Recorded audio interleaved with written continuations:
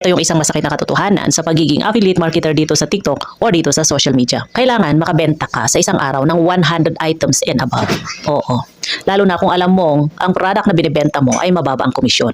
Siguro kung ang komisyon ng binibenta mong product mataas, sabihin natin 100 pesos ang komisyon mo sa isang product, baka pwede pa na kahit below 50 yung items sold mo sa isang araw, makamit mo yung inasam ng bawat affiliate na 4 digits, 5 to 6 digits commission a day. Kaya kung alam mo ang komisyon ng binibenta mong product mababa, kailangan bumawi ka sa dami ng items sold sa isang araw. Yon yung katotohanan sa pagiging affiliate dito sa TikTok or dito sa social media. Kasi kung below 50 yung items sold mo, parang ganito, 30 items sold sa isang araw. Actually, chinek ko yan mga hapon na. Tapos, ang commission ko dyan sa 30 items sold ay 121 plus. O, diba? Marami na yan kung tutuusin. Pero dahil ang commission ko sa bawat product below 5 pesos, 5 pesos, wala pang 10 pesos na commission sa isang araw. Kaya talagang mababa yung commission.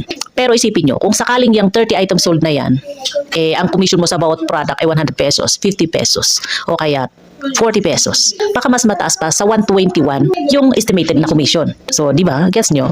So, kailangan, kung ang product na binibenta mo talagang mababa ang commission, kailangan bumawi ka sa dami ng item sold.